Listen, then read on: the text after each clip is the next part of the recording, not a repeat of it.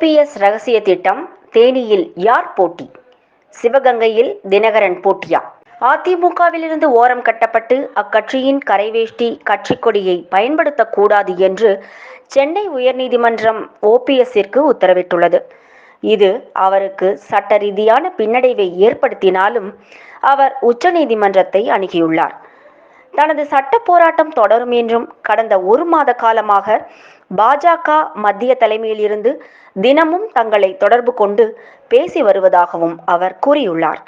மேலும் டிடிவி தினகரனுடன் இணைந்து தேர்தல் கூட்டணி குறித்து முறையான பேச்சுவார்த்தையில் ஈடுபடுவோம் என்றும் கூறியிருக்கிறார். இதனிடையே திருச்சி வந்த பிரதமர் மோடியை சந்தித்து ஓபிஎஸ் கடிதம் ஒன்றை கொடுத்துள்ளார். அது அதிமுக பொதுச் செயலாளர் எடப்பாடி பழனிசாமிக்கு எதிரான ரகசியமான புகார் என்று பரபரப்பாக பேசப்படுகிறது. ஆரம்பத்திலிருந்தே ஓபிஎஸ் பாஜக மேலிடத்திற்கு சசிகலா, எடப்பாடி பழனிசாமி உள்ளிட்ட பல முன்னாள் அமைச்சர்கள் பற்றி ஏராளமான ரகசியங்களை கூறி வந்தவர். அதே சமயத்தில் உச்சநீதிமன்ற வழக்கில் தங்களுக்கு சாதகமான நிலை உருவானால்தான் அரசியல் செய்ய முடியும் என்று கூறியுள்ளதாக தெரிகிறது. பாஜக அணியில் OPS, TTV Dhinakaran, Sarathkumar, AC Shanmugam, Puthiya Tamilagam கட்சி கிருஷ்ணசாமி மற்றும் சில கட்சிகள் இணைய இருக்கிறது. நடிகர் சரத்குமார் நெல்லை தொகுதியில் போட்டியிடுவதாக அவரே வெளிப்படையாக பேசியிருக்கிறார். அதிமுக கூட்டணியில் பாஜக இருந்தால் மட்டுமே நெல்லை பாராளுமன்ற தொகுதியில் போட்டியிடுவதாக முன்னாள் அமைச்சர் நயினார் நாகேந்திரன் கூறி வந்த நிலையில் சரத்குமார் களமிறங்குவதாக பேச்சு அடிபடுகிறது.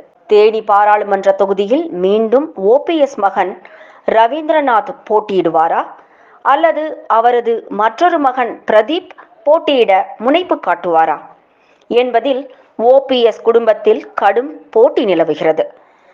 தேனி எம்பி ஓபிஎஸ் ரவீந்திரநாத் மத்திய அமைச்சர் பதவி கிடைப்பதற்கு கடுமையாக முயற்சித்தார். அதற்கு எடப்பாடி பழனிசாமி கடும் எதிர்ப்பு தெரிவித்ததால் ஓபிஎஸ் எதிர்பார்ப்பு தோல்வியில் முடிந்தது.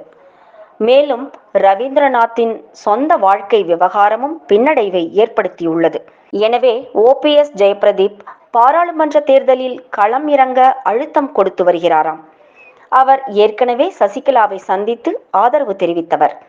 ஆனால் தனி அணியாக பாஜ அணியில் இணையும் ஓபிஎஸ் மீண்டும் ரவீந்திரநாத்தை களத்தில் இறக்கி மத்திய அமைச்சர் ஆக்க வேண்டும் என்று எண்ணுகிறாராம். ரவீந்திரநாத்திற்கு துணை ஜனாதிபதி வெங்கையா நாயுடு ஆதரவு அளித்து அவருக்கு எம்பி சீட் கிடைக்க ஏற்பாடு செய்தவர். மத்திய அமைச்சர் பதவிக்கு ஓபிஎஸ் காய் நகர்த்தியதை தம்பித்துரையும் எடப்பாடி பழனிசாமியும் எதிர்ப்பு தெரிவித்ததை ஓபிஎஸ் குற்றம் சாட்டினார். இந்நிலையில் அமமுக பொதுச் செயலாளர் டிடிவி தினகரன் சிவகங்கை தொகுதியில் களம் இறங்க திட்டமிட்டுள்ளதாக கூறப்படுகிறது. அதற்கான முதற்கட்ட வேலை தொடங்கிவிட்டதாக தெரிய வருகிறது. ஏற்கனவே கடந்த பாராளுமன்ற தேர்தலில் அவரது கட்சி வேட்பாளர் 1,00,000க்கும் அதிகமான வாக்குகளை பெற்றிருந்தார். தேனியில் போட்டியிட்டால் மும்முனை போட்டியில் ஜெயிப்பது கடினம் என்று தினகரன் எண்ணுகிறாராம். மேலும் ஓபிஎஸ்ஸின் ரகசிய திட்டமே எடப்பாடி பழனிசாமி தலைமையிலான அதிமுகவை தென் மாவட்ட வாக்கு வங்கியை பிரித்து தோற்கடிக்க வேண்டும். அதற்காக தினகரனோடு கைகோர்க்க முடிவு செய்துள்ளார். எப்பாடுபட்டாவது தனது மகனை மத்திய அமைச்சராக்கி அழகு பார்க்க வேண்டும்.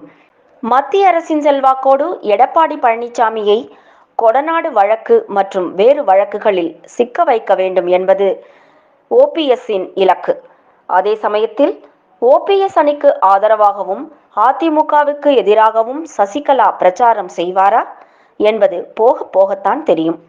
எடப்பாடி தலைமையிலான அதிமுகவை வரும் சட்டமன்ற தேர்தலில் பாஜக உதவியுடன் தோற்கடிக்க வேண்டும் என்று ஓபிஎஸ் மெகா திட்டம் தீட்டி வருவதாக கூறப்படுகிறது. ஓபிஎஸ் வியூகத்தை எடப்பாடி பழனிசாமி எப்படி எதிர்கொள்ளப் போகிறார் என்பதுதான் அரசியல் வட்டாரத்தில் ஏக பரபரப்பாக உள்ளது.